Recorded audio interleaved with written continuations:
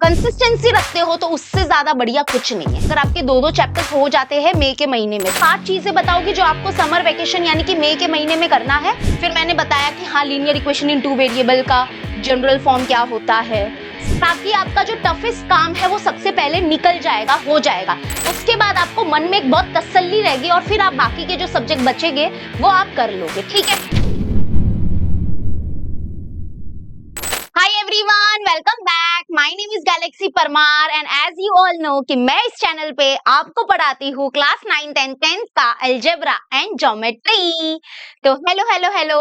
अभी मई महीना चल रहा है। मई महीने में कैसे आप पढ़ाई करोगे ताकि आप बहुत अच्छा अपना पोर्शन कवर कर सको। तो चलो मैं आज आपको 5 चीजें बताती हूँ, जैसे आप जो आप समर वेकेशन में कर सकते हो और आपका इंजॉयमेंट भी हो जाएगा और आपकी पढ़ाई भी हो जाएगी। Okay, let me know in the comment section सबसे पहले तो कि आप लोग का स्कूल का हॉलीडे हो गया है, मतलब चालू है ना। कि क्या पता कोई कोई स्कूल ऐसी होती है जो मई के मंथ में भी चालू होती है। I don't know, please let me know in the comment section कि आपका जो क्लासेस है, ऑफलाइन क्लासेस जाते हो या ऑनलाइन क्लासेस या स्कूल वगैरह, सब कैसा है, क्या चल रहा है, कि बंद है, कि छुट्टी है, आप किधर हो, इधर हो कि इधर, मतलब मुंबई में हो कि अपने गांव गए हो। Let me know in the comment section, ठीक है। आप पुणे से भी हो सकते हो। बाय द वे आपका सिटी का जरा बताओ क्या नाम है यहाँ पे। हेलो हेलो क्लास 10th के बच्चों, मेरा नाम गैलेक्सी परमार है, इंट्रोड्यूस कर देती हूँ। यहाँ पे देखो, आप क्लास 10 के वॉरियर्स हो जो भी आ चुके हैं, और आपको क्या करना है, फटाफट अटेंडेंस लगा दो। सब लोग अपना नाम लिख दो, क्या है कमेंट में, प्लस आप कौन से स्कूल से हो, किस स्कूल का नाम भी मुझे कमेंट में बता दो, ठीक है। Okay let's start. मैं फटाफट स्टार्ट करती हूँ, टाइम वेस्ट नहीं करूंगी। मैं 5 चीजें बताऊंगी जो आपको समर वेकेशन यानी कि मई के महीने में करना है। ओके, जून से आपका एग्जाम नहीं, सॉरी, जून से आपका स्कूल वगैरह स्टार्ट होगा। कब होगा उसका डेट भी लिख दो मुझे। और आपका यूनिट टेस्ट भी आ जाएगा जून के महीने में या जुलाई के महीने में। तो आपको है ना, हर सब्जेक्ट से दो दो चैप्टर्स तो होगा, तो वो 2 चैप्टर्स आपको कंप्लीट कर लेना चाहिए मई के महीने में। वो बहुत ईजी है करना, और अगर आप वो कर लेते हो ना तो इट विल, आपको है ना एक बहुत अच्छा बूस्ट मिलेगा, मतलब कि कॉन्फिडेंस मिलेगा अगर आपके दो दो चैप्टर्स हो जाते हैं मई के महीने में, तो ठीक है, सारे सब्जेक्ट से। तो चलो सबसे पहले मैं आपको बताती हूँ कि क्या करना चाहिए। ओके, सबसे पहले तो ये जो मई मंथ है इसमें आप क्या कर सकते हो, इसमें आप क्या कर सकते हो, अपना बेसिक जो है ना वो क्लियर कर सकते हो, ठीक है। तो आपको क्लास 9th का रिवीजन करना है तो करो। मैंने वैसे भी 2 वीडियोस बनाए थे। अलजेब्रा और ज्योमेट्री बहुत इंपॉर्टेंट होता है कि क्लास 9th के कुछ कुछ चैप्टर्स ऐसे हैं जो क्लास 10th में भी है और उसका बेसिक बहुत काम आता है। वैसे ही साइंस 1 और साइंस 2 में भी है, और मैंने वो बेसिक वाले वीडियो बनाए थे। 1 घंटे के अंदर अंदर आपका सारा 9th का बेसिक क्लियर हो जाएगा। प्लीज आप वो वीडियो देख लेना, मैं बताती हूँ वो वीडियो कहाँ पर है। तो यस, ध्यान से सुनना बेटा, आप प्लीज अपने बेसिक को स्ट्रॉन्ग करना, ठीक है। उसके बाद क्या होगा ना, एक बार जून से ना आप लोग है ना, कोई फिर से 9th वाइन्थ का कोई पढ़ता है नहीं, मुझे पता है ये, लेकिन मई महीना अभी भी हम लोग बहुत लेजी हो है। लेजी है मतलब कि ऐसे सोचते हैं कि अरे बहुत टाइम है हमारे एग्जाम को, ऐसा। तो प्लीज अपने मैथ्स के और साइंस के कॉन्सेप्ट्स क्लियर करो। ग्रामर तो बहुत काम का ही है, तो जो हमारे लैंग्वेजेस के जो ग्रामर्स है उनको स्ट्रॉन्ग करो, ठीक है। आप ग्रामर की एक अच्छी बुक बनाना जो आपको एंड में बोर्ड एग्जाम के जस्ट पहले वो रिवीजन में बहुत हेल्प करेगा। समानार्थी शब्द, विरुद्धार्थी शब्द, जो व्याकरण वगैरह होता है वो प्लीज उसकी अच्छे नोट्स बनाना, ठीक है। तो यस, सबसे पहले क्या करो, सबसे पहला रूल है कि अपने बेसिक्स को क्लियर करो, स्पेशली जो हमारे मैथ्स, साइंस एंड ग्रामर है उसको। एंड क्योंकि देखो क्लास 10th का जो सिलेबस होता है ना वो बेसिक के ऊपर बिल्ड होता है, फिर है ना वो छोटे छोटे प्लस माइनस में मिस्टेक हो जाते हैं ना, फिर मजा नहीं आएगा, ठीक है। तो बेसिक के लिए आप क्या कर सकते हो, ये मेरे 2 वीडियोस है, मैं बताती हूँ कहाँ पर है। मैंने उसकी प्लेलिस्ट भी बना दी है, ठीक है। तो अलजेब्रा का, ज्योमेट्री का, ये देखो, अलजेब्रा ज्योमेट्री मैंने ही पढ़ाया है। ये मेरे चैनल पे मिलेगा, इसी चैनल पे, गैलेक्सी ऑफ मैथ्स के चैनल पे। और मैं इतना बता देती हूँ, alternendo, dividendo, I hope, I think आपने 9th में किया है, थ्योरम ऑन इक्वल रेशियो, है ना। तो वो सब मैंने करवाया क्योंकि वो 10th में काम आएगा, और उसके बाद आप बोलना मत कि मैंने बताया नहीं था, ठीक है। मीन, मीडियन, मोड क्या होता है ये काम का है। और ज्योमेट्री में ट्रिग्नोमेट्री में जो हमारा सरफेस एरिया, वॉल्यूम के जो सारे फॉर्मूलाज है, कोऑर्डिनेट ज्योमेट्री, ये सब हमारे 10th में भी है उसके बेसिक्स क्लियर होने चाहिए, ठीक है। वैसे ही पार्थ सर ने अपने चैनल पे 9 टू 10th मतलब जो 9 से 10th में आ रहे हैं उनका ब्रीच कोर्स बनाया है। तो साइंस 1 के सारे बेसिक्स क्लियर किए हैं, साइंस 2 के भी सारे बेसिक्स इन्होंने क्लियर किए हैं, ठीक है। चलो मैं आपको 2 मिनट में बताती हूँ कि ये कहाँ पर मिलेगा। जैसे कि ये मेरा चैनल है गैलेक्सी ऑफ मैथ्स, आपको पता ही है। आप क्या करो, देखो यहाँ पर होम है, ठीक है, ये होम है। अच्छा हाँ, और एक बात, मैंने एक बहुत प्यारा प्यारा क्यूट सा चैनल बनाया है बेटा, प्लीज इसको भी सब्सक्राइब कर लेना। ये 5th to 8th स्टैंडर्ड के लिए है। 8th स्टैंडर्ड के वीडियो बहुत जल्द अपलोड होने वाले हैं। 8th स्टैंडर्ड का नया नया बैच भी लॉन्च होगा फॉर मैथ्स एंड साइंस। तो अगर आपके कोई छोटे भाई बहन है तो उनको इजी लर्निंग के बारे में जरूर बताना, ठीक है, बहुत मजा आएगा। यस। अच्छा, प्लेलिस्ट में जाना, तो मैंने है ना प्लेलिस्ट में क्या किया है, यहाँ पे देखो ये रहा class 9 to 10th must watch. Watch की स्पेलिंग तो हो गई है रॉन्ग, ठीक है, उसको मैं करेक्ट कर लूंगी। तो यहाँ पे 2 वीडियोस है, सिर्फ 2 वीडियोस है, इसमें अलजेब्रा ज्योमेट्री के आपको बेसिक्स मिल जाएंगे। होप सो आप सब देख लोगे। और बाय द वे ये रहा वो प्लेलिस्ट, मैं फिर से बता देती हूँ, मैं हर वीडियो में बताती हूँ। अगर आप फ्री में पढ़ना चाहते हो अलजेब्रा ज्योमेट्री तो इस चैनल से अच्छे वीडियोस पूरी यूट्यूब पे नहीं है। मैंने एक ही वीडियो, एक चैप्टर एक वीडियो में बनाया है। ये है वो प्लेलिस्ट अलजेब्रा एंड ज्योमेट्री का क्लास 10th का। इसमें अलजेब्रा के 6, ज्योमेट्री के 7 चैप्टर्स मिलेंगे, टोटल 13 चैप्टर्स, और प्रॉब्लम सेट के भी वीडियोस है, ठीक है। तो फ्री में भी होता है, फ्री में भी पढ़ाई करनी है तो पॉसिबल है। कैसे? गैलेक्सी ऑफ मैथ्स के साथ, सिंपल, ठीक है। चलो आ जाते हैं बैक टू अवर स्लाइड। तो सबसे पहला स्टेप आपको समझा, समर वेकेशन में क्या करोगे, अपने बेसिक्स को क्लियर करो।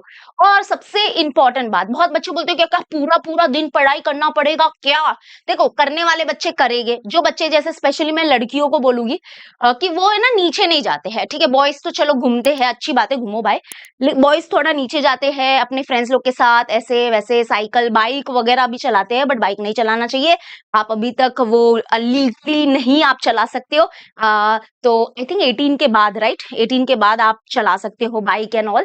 तो उन लोग नीचे जाते हैं, घूमते हैं, ये वो है ना। कौन? लड़के लोग। लड़कियां थोड़ा कम, लड़कियां भी करती है नो डाउट, मैं नहीं करती थी, तो मैं मेरे हिसाब से बता रही हूँ कि नीचे घूमना एक टाइम के बाद मेरे लिए बंद हो गया था। मतलब ऐसा नहीं है कि घर से कुछ रेस्ट्रिक्शन था, ऐसा नहीं था, कोई था ही नहीं जो नीचे खेलते थे, ऐसा कोई फ्रेंड्स नहीं थे इतना, ठीक है। तो मैं तो पूरे पूरे दिन पढ़ती थी, मेरा तो काम ही है पढ़ने का, ठीक है। ऐसा नहीं कि पूरे पूरे दिन लाइक 24 आवर्स पूरा पढ़ती थी, ऐसा नहीं था, बट मेजोरिटी पढ़ती थी मैं, ठीक है। और मैं समर वेकेशन में गाँव भी चली गई थी, तो गाँव में भी 1-2 बुक लेके गई थी मैं, हिस्ट्री ज्योग्राफी का, जो मेरे को लर्निंग वाला सब्जेक्ट था, ठीक है। तो आपको है ना सिर्फ 2 से 3 घंटा पढ़ना है, इनफ है, इतना इनफ है। जो आपके है ना 1-2 चैप्टर्स है ना, मतलब पर सब्जेक्ट से आप क्या करो, 2 चैप्टर्स कर लो। पर सब्जेक्ट से आप 2, अलजेब्रा के 2, ज्योमेट्री के 2, साइंस 1 के 2, साइंस 2 के 2, हिस्ट्री के 2, ज्योग्राफी के 2, पॉलिटिकल साइंस का 1 कर लो, ठीक है। ग्रामर अच्छा कर लो, अपने जो लैंग्वेजेस है उसको स्ट्रॉन्ग कर दो, उसके लेसन्स को रीड करना खाली वक्त में चालू कर दो। तो यही छोटी छोटी चीजें करनी है, ठीक है। और बहुत ही फोकस स्टडी चाहिए, नो मोबाइल फोन्स। मतलब क्या होता है ना, हम मोबाइल्स में आते हैं, उसके बाद देखते हैं अरे नीचे कुछ व्लॉग अपलोड हुआ है किसी का, मेरा वीडियो देख रहे हो लेकिन नीचे भी देख रहे हो कि अच्छा एक व्लॉग है, तो आपका अटेंशन स्पैन बहुत कम हो रहा है। तो फोकस स्टडी करना है 3 घंटा, अगर कर रहे हो तो वो शिद्दत से करो। ऐसा नहीं कि आप पूरा पूरा दिन पढ़ाई कर रहे हो लेकिन बाजू में तो मोबाइल लेके बैठे हो, तो वो फोकस स्टडी नहीं है और उसका फिर महत्व नहीं होता है, ठीक है। तो मोबाइल से डिस्ट्रैक्ट नहीं होना है। आप जो चीज मोबाइल में करने आए हो वो करो और मोबाइल को साइड में रखो, 200 फीट दूर रखो उसको भाई। अगर आप एक कमरे में इधर पढ़ रहे हो तो दूसरे कमरे में जाओ। मोबाइल मतलब अगर आप इधर पढ़ रहे हो तो मोबाइल बाहर रख दो या कहीं पे रख दो कि जहाँ पे आप उसको देख ही ना सको, ठीक है। तो वेकेशन में 10-10 घंटे पढ़ने की कोई जरूरत नहीं है। बस अगर आप डेली 2 से 3 घंटा फोकस स्टडी करते हो और कंसिस्टेंसी रखते हो तो उससे ज्यादा बढ़िया कुछ नहीं है। कंसिस्टेंसी मतलब रोज पढ़ने का, थोड़ा थोड़ा पढ़ने का, मतलब थोड़ा मतलब 3-3 2-2 घंटा पढ़ो, ठीक है। और मान लो कभी एक आधा मिस हो गया, एक दिन मिस हो गया, तो डिमोटिवेट नहीं होने का, इट्स ओके। चल, हम एज अ टीचर मैं बताती हूँ आपको कि कभी कभी हमको भी कंटाला आता है, ठीक है, वीडियो बनाने के लिए। लेकिन ठीक है, चलो हो गया, तो उससे क्या मैं डिमोटिवेट होके बैठ जाऊंगी क्या? अब तक ये चैनल इतना चलता नहीं है क्योंकि अभी 6 साल होने को आए हैं, ना। तो कभी कभी डिमोटिवेशन होता है, कभी कभी नहीं करता है पढ़ने को मन, तो ठीक है, हफ्ते में एक आधा दिन समझ में आता है, लेकिन उसके वजह से, आज की वजह से कि आज मैंने अच्छे से पढ़ाई नहीं की, आज मैंने पढ़ाई नहीं की, उसकी वजह से अपना कल मत गंदा करना, कल मत बिगाड़ना। क्या क्लियर हो गया? क्लियर हो गया सबको? आपका यूनिट टेस्ट कब से है, कुछ आपको पता है क्या? Let me know in the comment section. ठीक है, एक टाइम टेबल भी आपको बना के दे देती हूँ ताकि आपको और हेल्पफुल होगा इसके लिए। ये देखो, मैं कुछ ऐसा टाइम टेबल बनाती हूँ, जैसे मैं ऐसे करती थी, 3 स्लॉट रखो, सुबह, दोपहर, शाम, या जैसा आपको ठीक लगता है कि आप इसको कंटिन्यू भी रख सकते हो, half and half, half hour के ब्रेक के इसमें। जैसे सबसे पहला स्लॉट होता है अलजेब्रा ज्योमेट्री में से कुछ करने की, ठीक है। उसके बाद सेकंड स्लॉट होता है science, science 1, science 2, history, geography, political science में से।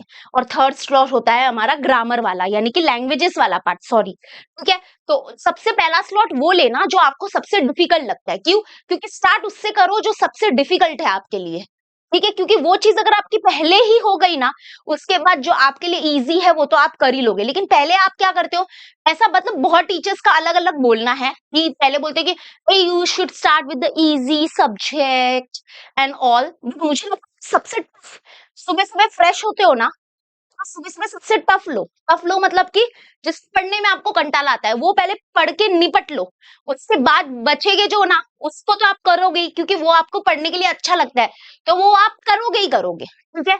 ऐसा होता है। तो ये आप 3 स्लॉट बनाओ और उसमें आप अपने टाइम टेबल को बनाओ, ठीक है। संडे को अपना रिवीजन डे रखो कि जो भी आपने पूरे हफ्ते किया था उसको रिवाइज करोगे एक एक घंटे में, है ना।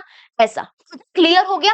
सेकंड क्लियर हो गया। चलो और एक बात बता देती हूँ, जैसे मैंने आपको बताया था कि यूट्यूब पे क्लास 10th के लिए अलजेब्रा ज्योमेट्री का सब कुछ फ्री अवेलेबल है, लेकिन अगर आप कोई ऑनलाइन बैच के लिए, ऑनलाइन बैच अगर आप देख रहे हो, तो आरएम 6.0 से अच्छा तो पूरी दुनिया में कोई बैच ही नहीं है महाराष्ट्र स्टेट बोर्ड में। और हमने इतने अच्छे अच्छे रिजल्ट प्रोड्यूस किए हैं। मैं बोलूं, आज मैं जब वीडियो बना रही हूँ दैट इज 8 मई को, और ये वीडियो अपलोड तो थोड़ा 1-2 दिन बाद होगा, लेकिन आज हमारा रिजल्ट डे है क्लास 10th का, ठीक है, जो जिसने 2026 में एग्जाम दिया है। एंड हमारे इजी लर्निंग के टीम से बहुत अच्छे अच्छे परसेंटेज आए हैं। बस वही शुभम सर और पार्थ सर वो कलेक्ट कर रहे हैं कि कौन कौन से बच्चे कितने स्कोर किया है। अभी जस्ट मैंने देखा, एक मेरे को 96 सबसे हाईएस्ट दिखा, बट उससे भी बहुत हाईएस्ट होगा, क्योंकि अभी बहुत सारे बच्चे थे ना हमारे आरंभ में, जो 5.0 था, तो वहां से हम लोग डेटा कलेक्ट कर रहे हैं और वो आराम से पड़े हुए हैं। आपको मैं जरूर रिजल्ट शेयर करूंगी हमारे 2026 का, ठीक है। लेकिन उसके भी यहाँ पे और रिजल्ट है। जैसे ये रिजल्ट हमारे 2025 का है, जहाँ पे हमने हमारे आरंभ बैच से 2 बच्चों ने 100% लाया था। गुंजन है जिसने 100% लाया था। उसके बाद हमारे पास वेंकटेश भी था जिसने देखो, ये देखो 100%, ठीक है। वेंकटेश ने भी 100% लाया था। तो और ऐसे हमारे जूम पे ऐसे मीटिंग्स होते हैं कभी कभी फॉर डाउट क्लियरिंग सेशन। ये देखो, 2 बच्चे ऐसे हैं जिन्होंने 100% लाया।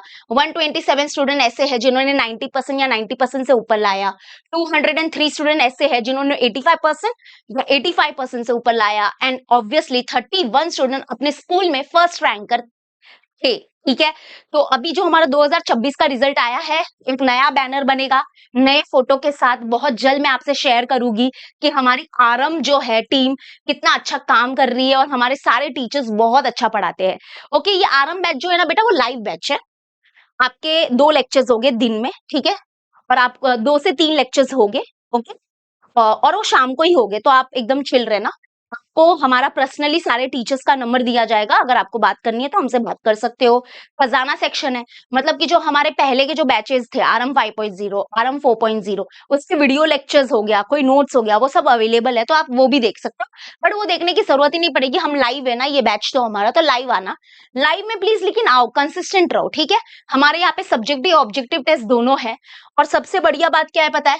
ऑब्जेक्टिव टेस्ट मतलब एमसीक्यू, और सब्जेक्टिव टेस्ट मतलब आपको पता ही है, सब्जेक्टिव टेस्ट जो होगा वो आपको चेक करके मिलेगा। यस, ऐसा पूरे महाराष्ट्र स्टेट बोर्ड के कोई भी ऑनलाइन बैच में नहीं होता है।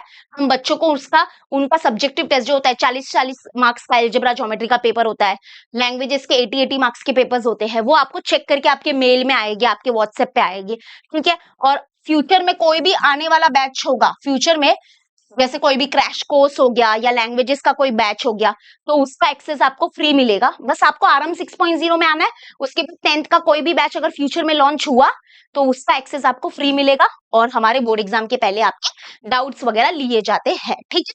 तो ये इंक्वायरी नंबर है, मैं बस इतना ही बोलूंगी कि आप कॉल कर लो। अगर आपको कुछ भी डाउट है ना बेटा, कॉल करो, हमारे एजुकेशनल काउंसलर आपसे बात करेंगे और आपको जो भी पूछना है पूछो। लेकिन बस एक बात याद रखना, हम टीचर्स बहुत मेहनत करते हैं आरंभ के, लेकिन आपको वो बैच में जब आप एनरोलमेंट ले लेते हो तो आपको आना पड़ेगा, लाइव लेक्चर अटेंड करना पड़ेगा, तभी जाके होगा, ठीक है। बैच लेने से कुछ नहीं होगा, बैच में पूरी शिद्दत ईमानदारी से लाइव में आना है, ठीक है। क्लियर है? चलो कॉल करके कुछ भी डाउट है पूछ लो। आ जाते हैं थर्ड वन, ठीक है। आपको आई थिंक समझ में आ रहा है कि समर वेकेशन में आपको क्या क्या करना है। सबसे पहले अपने बेसिक्स क्लियर करो, वो 4 वीडियो मैंने दिए हैं, दो मैथ्स के और 2 साइंस के, वो देख के बेसिक्स अपना क्लियर कर लेना, ठीक है। वो एक दिन का काम है, मैं सच बोल रही हूँ। फिर आते हैं सेकेंड पॉइंट। सेकेंड पॉइंट, आपको रोज सिर्फ 3 घंटा पढ़ाई करना है, इससे ज्यादा पढ़ाई मत करो। मैंने टाइम टेबल भी दे दिया है, 3 स्लॉट रखो। एल्जेब्रा ज्योमेट्री का पहला स्लॉट होगा, second slot science 1 science 2 history geography political science, ऐसा कोई ऐसे अल्टरनेट डे में रखते लेना, ठीक है। और थर्ड स्लॉट होगा लैंग्वेजेस का, दैट्स इट, ठीक है। अब आ जाते हैं थर्ड। मैंने बोला था कि मैंने तुम लोग को जो टाइम टेबल दिया है 3 स्लॉट वाला, मैंने क्या बोला था, सबसे पहला वो करना सब्जेक्ट जो आपके लिए सबसे टफ हो। जैसे मान लो आपको मॉर्निंग में आपको टाइम मिलता है, मॉर्निंग में आपका कुछ भी नहीं है, क्लास नहीं है, स्कूल नहीं है, या कभी भी मान लो कि आपका मॉर्निंग में क्लास है तो दोपहर में टाइम मिलेगा, जो भी मिलेगा, ठीक है। अगर आप जल्दी उठ सकते हो तो देखो। तो मैं यही बोलूंगी कि जब सबसे पहला, मॉर्निंग जरूरी नहीं है, मॉर्निंग को हटा दो, मैं यही बोलूंगी थर्ड पॉइंट में कि जो सबसे टफ सब्जेक्ट आपको लगता है, कोई भी 2-3 सब्जेक्ट जो आपके लिए टफ होंगे, उसको सबसे पहले करना, ताकि आपका जो टफेस्ट काम है वो सबसे पहले निकल जाएगा, हो जाएगा। उसके बाद आपको मन में एक बहुत तसल्ली रहेगी और फिर आप बाकी के जो सब्जेक्ट बचेंगे वो आप कर लोगे, ठीक है। वो एक ऐसी बुक है, मैंने आपको पहले भी बताया था, ईट दैट फ्रॉग वाली ब्रू बोल रही हूँ, ईट दैट फ्रॉग वाली एक बुक है, जिसमें ना उसमें लिखा गया था कि आपको सबसे अपना जो टफ काम है ना वो सबसे पहले कर लेना चाहिए। तो उसके बाद जो बचे हुए काम है ना वो तो ठीक है, हो जाएंगे, पूरे दिन में ऐसे हो जाते हैं, वैसा कुछ है, ठीक है। फ्रेश माइंड रहेगा और आप फटाफट टफ कर लोगे और कंसंट्रेशन भी अच्छा रहेगा, ठीक है।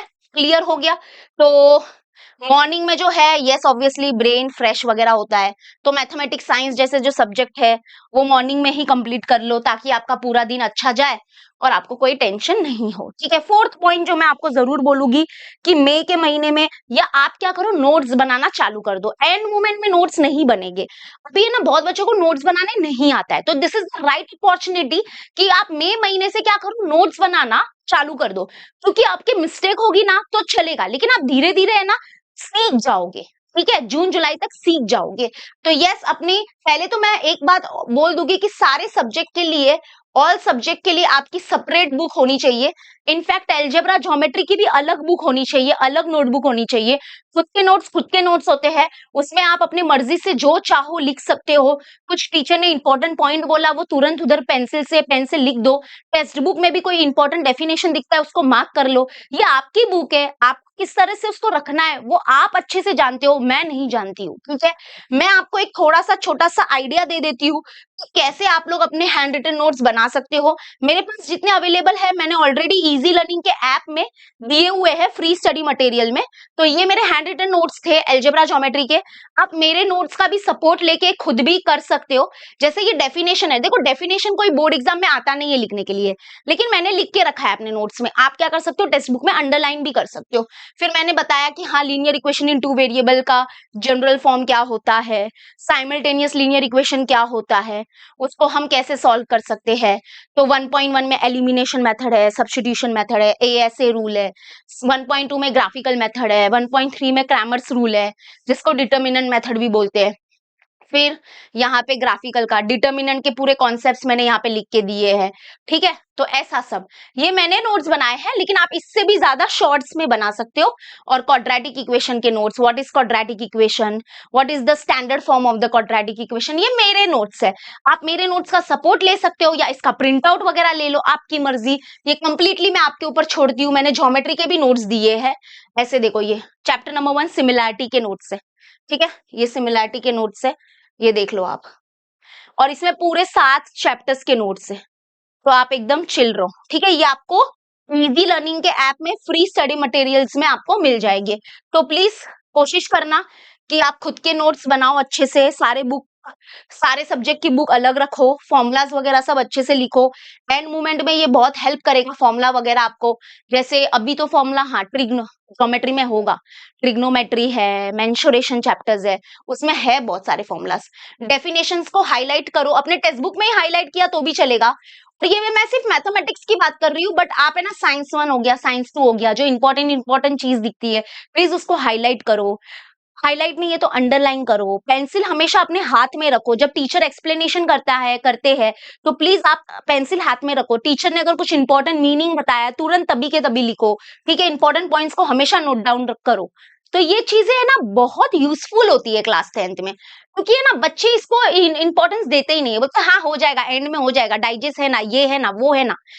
मतलब आजकल के बच्चों का पता नहीं एटीट्यूड ऐसा हो गया है। मतलब है, अच्छे भी बच्चे हैं, मैं ये नहीं बोलूंगी वो अच्छे नहीं है, बट प्लीज पढ़ाई अच्छे से करो। मैं इतना ही चाहती हूँ कि आप ईमानदारी से पढ़ाई करो और ये सब है ना। एजुकेशन सिस्टम वैसे तो हमारा इंडिया का इतना कुछ खास है नहीं, ठीक है, लेकिन इससे हम क्या कर सकते हैं, एक हार्डवर्क करना सीख सकते हैं, मेहनत करना सीख सकते हैं। तो ये सब छोटी छोटी चीजें हैं जो हमको ये सिखाता है, ठीक है। तो फॉर्मूलाज, डेफिनेशन वगैरह, क्योंकि ये सब क्या होगा, ये सब आपको एग्जाम टाइम में है ना एक रिवीजन के लिए बहुत यूजफुल होगा। ये सब मैं क्यों बोल रही हूँ आपको, मेरे नोट्स के वजह से मान लो कि 2024 में या 25 में एक एमसीक्यू आया था लीनियर इक्वेशन का कि what is the degree of the determinant, और किसी बच्चे को आया नहीं, लेकिन मैंने मेरे नोट्स में दिया था the degree of the determinant is 2। और ये अगर मेरे नोट्स देखे होते, किसी ने पढ़े होते, तो उससे वो लिख के आए हैं। और बच्चों का कॉल भी आया था कि मिस आपके वो नोट्स की वजह से वो एमसीक्यू का 1 मार्क्स हमारा नहीं गया, थैंक यू सो मच, ऐसा बोला। तो वो नोट्स इतना हेल्पफुल होता है, ठीक है। चलो लास्ट पॉइंट है, सब लोग एक वीडियो को लाइक हो जाए। कौन अभी तक ये वीडियो देख रहा है, let me know in the comment section. और मुझे जरूर बताना कि क्या आपने सबकी सेपरेट नोटबुक बना दी है। अगर बना दी है तो कमेंट में बस यस लिख दो, मैं समझ जाऊंगी। बना दिया ना, यस, ओके। नहीं बनाया है तो नो लिख दो, और बोल देना, ब्रैकेट में लिख देना मिस बना दूंगा, मिस बना दूंगी। नो मतलब अभी तक तो नहीं बनाया है, बट ब्रैकेट में लिख दो बना दूंगी सेपरेट बुक, बना दूंगी सेपरेट बुक, बना दूंगा सेपरेट बुक, ठीक है। Now next is fifth and this is my favourite. आपको सिर्फ एक बैलेंस स्टडी करना है और फन भी करना है। पूरे दिन ले लेके बुक बैठना इज नॉट गुड, क्योंकि कुछ बच्चे क्या करते हैं बताए, मोबाइल हाथ में है उनके और वो दिखाते हैं अपने मम्मी पापा को कि 6-7 घंटे पढ़ रहे हैं, लेकिन वो मोबाइल में क्या कर रहे हैं, टाइम पास कर रहे हैं। तो this is not how you will study. मैंने बोला था you need a focus study, focus के साथ स्टडी करो, ठीक है। सिर्फ 2 घंटा 3 घंटा पढ़ाई करो, लेकिन वो फोकस होना चाहिए। आप लोग को क्या करना है, सिर्फ 2-3 घंटा पढ़ाई करना है, बाकी आपकी मर्जी, आपको जो करना है करो। मोबाइल से तो जितना हो सके दूर रहो। मोबाइल का एक स्क्रीन टाइम रख दो कि मैं दिन में आधा घंटा 1 घंटा रील्स देखूंगा, शॉर्ट्स देखूंगा, जो भी रहेगा आपका, ठीक है। नीचे जाओ, मैं तो यही बोल रही हूँ आज के जनरेशन को, आज के बच्चों को, प्लीज नीचे जाओ। अगर आपके नीचे कोई गार्डन वगैरह है तो नीचे जाओ, कि कोई बिल्डिंग है तो बिल्डिंग के नीचे एक राउंड मारो, ठीक है। कुछ म्यूजिक लगा के सुन लो, कोई अच्छा पॉडकास्ट लगा के सुन लो, जिससे आपको क्या मिले, मोटिवेशन मिले, एक डिसिप्लिन मिले। और ये रील्स मत देखो, क्योंकि वो आपके ब्रेन को बहुत डैमेज कर रहा है, आपका अटेंशन स्पैन बहुत कम कर रहा है, इसके वजह से आप एक जगह टिक के पढ़ाई नहीं कर पा रहे हो। तो प्लीज ये छोटी छोटी बातें जो है मेरी सुनो, आप ब्रेन को डैमेज मत करो अपने, क्योंकि आगे जाके आपको अगर कोई इंपॉर्टेंट डिसीजन लेना है, और इंपॉर्टेंट डिसीजन लेने के लिए आपको कंसंट्रेशन बहुत अच्छा होना चाहिए, आपकी सोचने की क्षमता बहुत अच्छी होनी चाहिए। लेकिन क्योंकि आजकल हम लोग का अटेंशन स्पैन ही इतना कम हो गया है कि हम सोच ही नहीं पाते हैं क्या करना है, उसके वजह से हम आगे जाके इंपॉर्टेंट डिसीजन नहीं ले पाएंगे। तो प्लीज ये ध्यान रखो, एक्सरसाइज करो, स्ट्रेचिंग करो, घर पे ही ऐसे ऐसे स्ट्रेचिंग करो, ठीक है। आजकल क्या हो रहा है ना, घर का खाना कम हो रहा है, बाहर का खाना ज्यादा हो रहा है, उसकी वजह से हेल्थ भी हमारी अच्छी नहीं हो रही है। आप अच्छे से बस अपना 7-8 घंटे का नींद पूरा करो। यू डोंट नीड मच, मतलब आपको ज्यादा सोने की जरूरत भी नहीं है। हाँ, यू आर वेरी यंग, बहुत यंग हो, and you are very youth, आप यूथ हो। तो प्लीज आपको इतना 10-10 12-12 घंटा सोने की कोई जरूरत नहीं है। 7-8 घंटा सोना इज इनफ फॉर यू। सुबह सुबह स्ट्रेचिंग करो, जॉगिंग के लिए जाओ, रनिंग के लिए जाओ अपने फ्रेंड्स के साथ, किसी को बोलो, एक जोड़ी पकड़ लो अपना बेस्ट फ्रेंड और बोलो चलो हम जॉगिंग के लिए जाते हैं, मस्त म्यूजिक लगा के जॉगिंग करो, कुछ भी सॉन्ग सुनो। रील्स देखने से अच्छा ये बेस्ट है, इससे आपका माइंड भी बहुत फ्रेश होगा और आप पढ़ाई भी करोगे। लेकिन अगर एक बार हम मोबाइल में घुसे रहते हैं ना, तो हमारा पढ़ाई करने का फिर मन नहीं करता है। अपने फैमिली के साथ एक क्वालिटी टाइम स्पेंड करो, आधे घंटे का ही करो। आप एक मस्त फैमिली बैठे हो, थोड़ा हंसी मजाक कर रहे हो, इट इज वेरी गुड। ये चीज है ना बहुत इंपॉर्टेंट है। और ये फैमिली टाइम एक बहुत सुकून वाला टाइम होता है, ठीक है। एंड एक दूसरे को अरे मजाक मस्ती चलता रहता है। एंड जो मैंने बोला था प्रॉपर स्लीप, ठीक है। तो कुछ नहीं है, आराम से इंजॉय करो, क्लासेस वगैरह चालू ही रहेगा ऑब्वियसली आपका, तो वो जाओ, पढ़ते टाइम पढ़ाई करो अच्छे से, ठीक है। तो वेकेशन में क्या है कि सिर्फ ऐसे पढ़ाई वढ़ाई होती, सिर्फ पढ़ाई के लिए नहीं होता है कि हाँ पूरे 7-8 घंटे पढ़ाई करो। देखो कुछ बच्चे सच बोलूं वो आधा सिलेबस खत्म कर सकते हैं वेकेशन में, वो उनकी मर्जी। हेल्थ स्लीप फन भी इंपॉर्टेंट होता है। तो एक बैलेंस रूटीन आपको लॉन्ग टर्म कंसिस्टेंसी, मतलब एक बैलेंस रूटीन होगा ना तो वो आपको लॉन्ग टर्म कंसिस्टेंसी के लिए बहुत हेल्पफुल रहेगा, ठीक है। तो प्रॉमिस करो बेटा ज्यादा रील्स, ज्यादा शॉर्ट्स ये सब नहीं देखोगे, लॉन्ग फॉर्मेट वीडियोस देखो, जिससे आपका अटेंशन स्पैम जो है वो अच्छा रहेगा, ओके, कम नहीं होगा। तो नहीं तो क्या होता है ना, एक एक मिनट के रील्स होते हैं, तो हम लोग को है ना एक एक मिनट में कंटाला आता है, पढ़ाई करने के लिए भी कंटाला आ रहा है आजकल, ठीक है। तो वो हम नहीं करेंगे। आई होप आपको बहुत अच्छे से समझ में आ गया है। चलो अभी मैं आपको एक चैलेंज दे दी हूँ, जो बच्चे यहाँ तक आ चुके हैं कॉन्ग्रेचुलेशन, आपके लिए एक चैलेंज है। सब लोग कमेंट में लिखो कि आप जब 2027 में आपका जो बोर्ड एग्जाम होने वाला है, तो आपका क्या परसेंटेज टारगेट है। अगर आपने नहीं सोचा है तो ये बहुत अच्छा मौका है, सोच लो अभी, अभी सोच लो, अभी सोच लो कि आपको कितना लाना है। देखो कोई नहीं है, जज नहीं करूंगी मैं आपको, जो लाना है लिखो, 70%, 65%, 80%, 90%, 95%, जो लाना है लिखो। कमेंट में फटाफट मुझे बता दो कि आपको कितना परसेंटेज लाना है अपने बोर्ड एग्जाम 2027 में। और चलो हम लोग एम करते हैं 5000 लाइक का, come on guys, together we can do it. और 500 कमेंट तो आराम से आ जाएंगे, I know I know I know, ठीक है। तो चलो मुझे लगता है आपने लिख दिया है अपना टारगेट परसेंटेज। और बैच में अगर एनरोल करना है तो आपको नंबर स्क्रीन पे दिख ही रहा है, तो नंबर पे कॉल कर लो और कुछ भी इंक्वायरी है पूछ लेना, ठीक है। मिलते हैं आरंभ बैच में। और अगर आप आरंभ बैच में एनरोल कर रहे हो तो आरंभ बैच में मिलेंगे, नहीं तो यूट्यूब पे तो मिलते रहेंगे, इस चैनल पे सब कुछ अवेलेबल है ऑलरेडी। तो चलो मिलते हैं नेक्स्ट वीडियो में, bye bye everyone and take care.